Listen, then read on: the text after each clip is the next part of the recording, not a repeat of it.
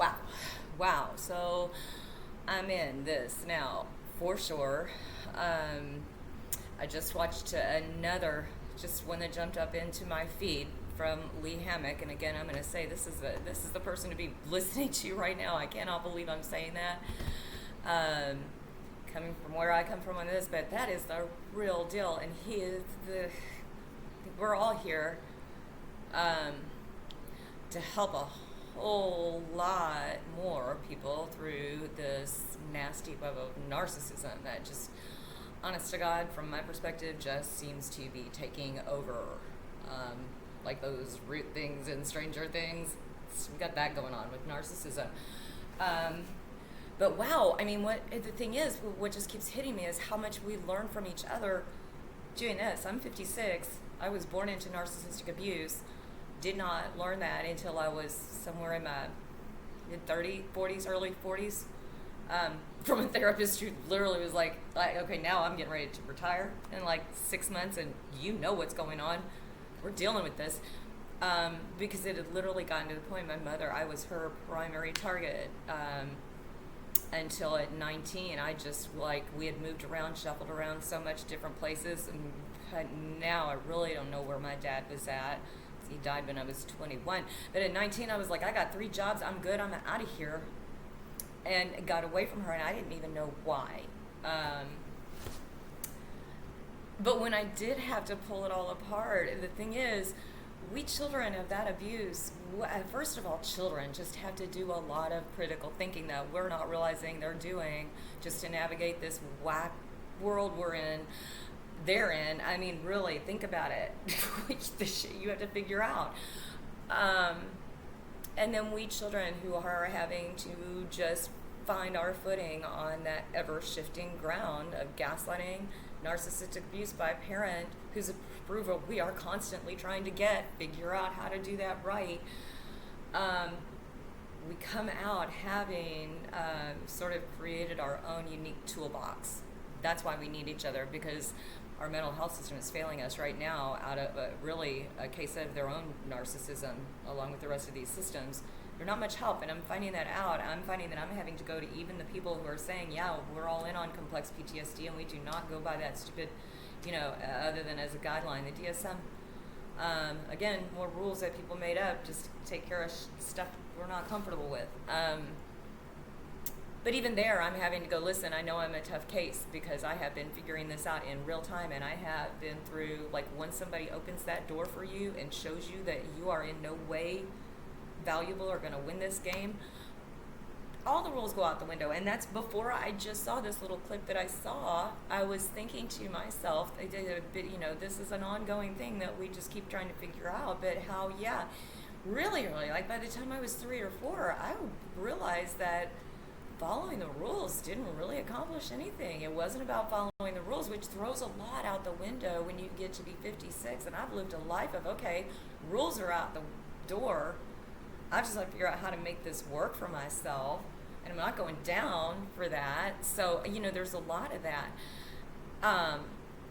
But again, I'm going to go back.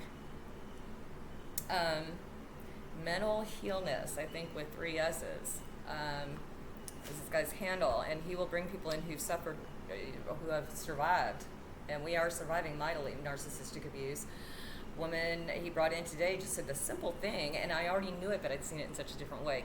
She said that she's talking about mirroring, and she said, what happens is they're mirroring it back. It is so obvious to these perfect strangers, your best qualities that you already know you have, but you've smashed them down because of some previous narcissistic abuse telling you none of that stuff's worth anything. But that new narcissist at your door sees all the good stuff in you and is ready to, this is what I knew first, ready to steal it. Ready to just pillage through all the good stuff that you've learned, all the good stuff that you are, see what they can take, build up their own narcissistic arsenal, and run off with it, with you in tow if they can, for sure. If they can wrangle you, the problem is with someone like this person, someone like me, we rear up and go, wait a minute, at some point, what are you doing with my shit? Really.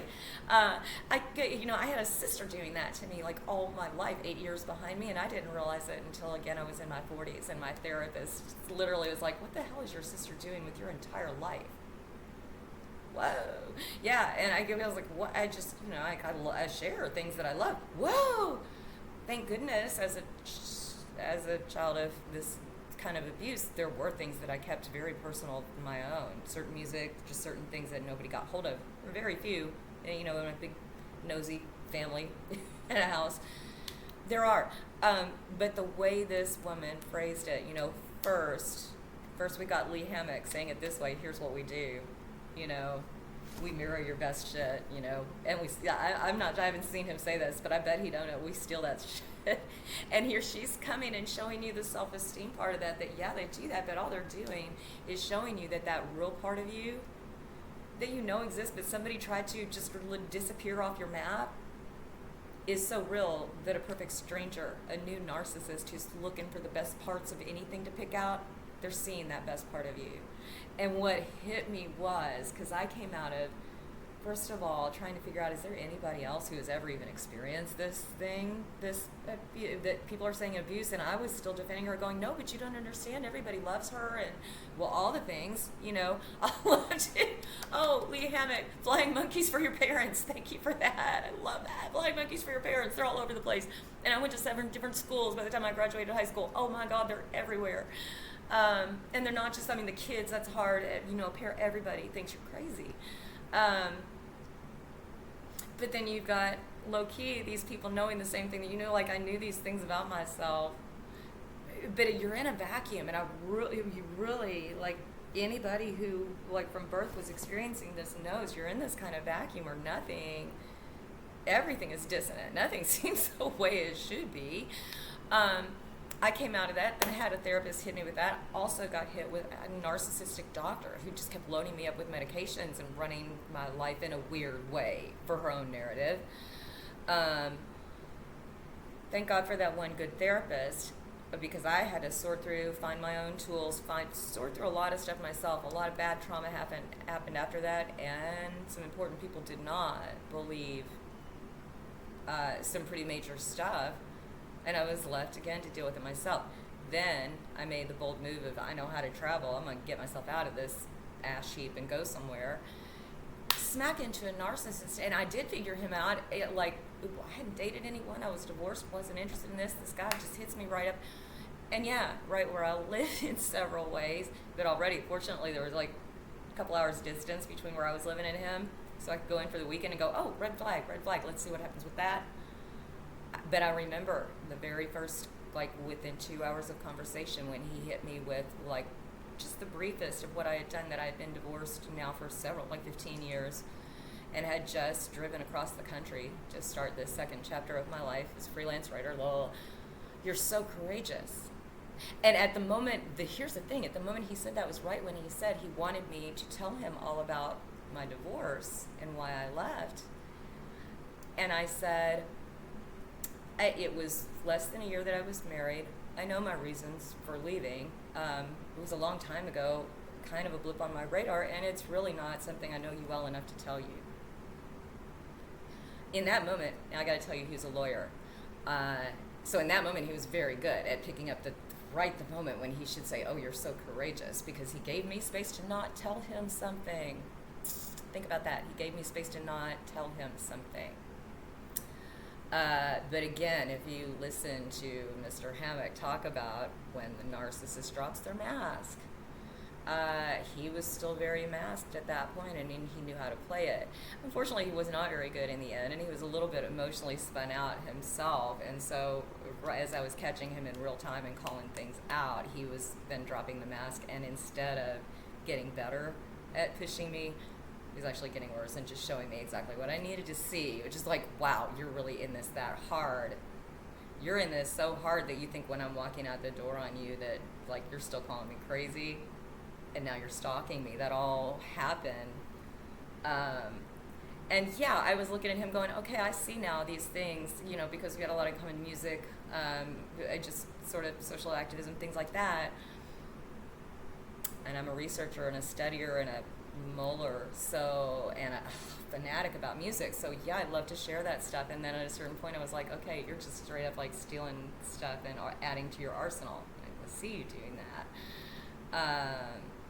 But the further connection to be made, because that's where we get hit the hardest. We get hit with a lot of shame, a lot of attacks to our self-esteem, a lot of messaging that just says you are not worth anything that you think you've got that's worth something.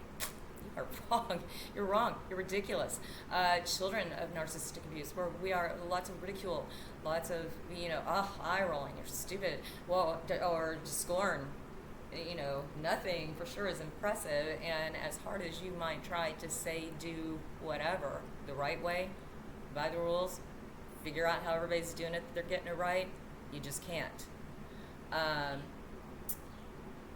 And that's what they depend on, is that shame and that insecurity sticking with you, and it can, and it creeps up in those odd moments, and those are the moments where I have started, because I can catch myself now, and I've recently done that. I've been through a year of terrible trauma, and in talking to people I don't know, I'll catch myself and say, you know what, here, I'm doing it again. I am scrambling to validate myself when I don't need to. I'm scrambling to validate things that I already know about myself for your benefit.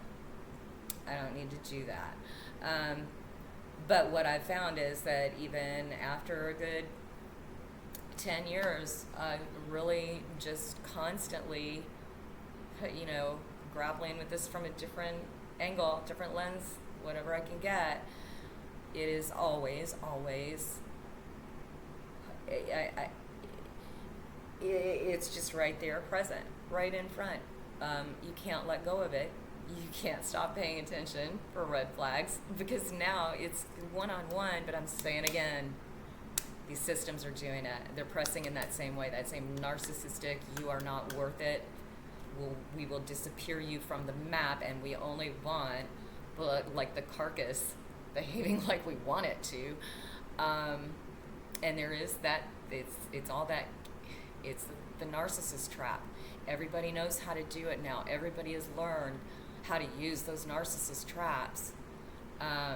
And those of us who know how to defend ourselves, we need to start joining forces harder and educating everybody else and educating each other in every way people are getting around this. As I'm seeing that, you can either be that set of people who's got plenty of money, plenty of comfort, plenty of everything, and you can just float above this, or you're down here with the rest of us going, what the is going on, and how do we keep each other safe from it? I'm at the end of this. I've figured a lot of things out, but I'm looking at generations and generations younger than I am. Some of y'all figuring it out and moving toward the right way. A lot of people struggling and getting buried, getting trampled. Really, just in the masses, just like those concerts that started with one back in the 70s, The Who. People just getting trampled underfoot and nobody's noticing. Now we are a mass of systems and narcissism and insular behavior, and everyone out for themselves, and I will stab you before I will let you get close enough to stab me. And there are those of us here still underneath all that freight trying to help each other out. If anybody hears me, which I don't know, I got no equipment, I'm just starting this, barely even know what I'm doing, but I've got a voice, and finally after 56 years I'm ready to use it. That's a huge thing in itself, just being in front of a camera and using this voice without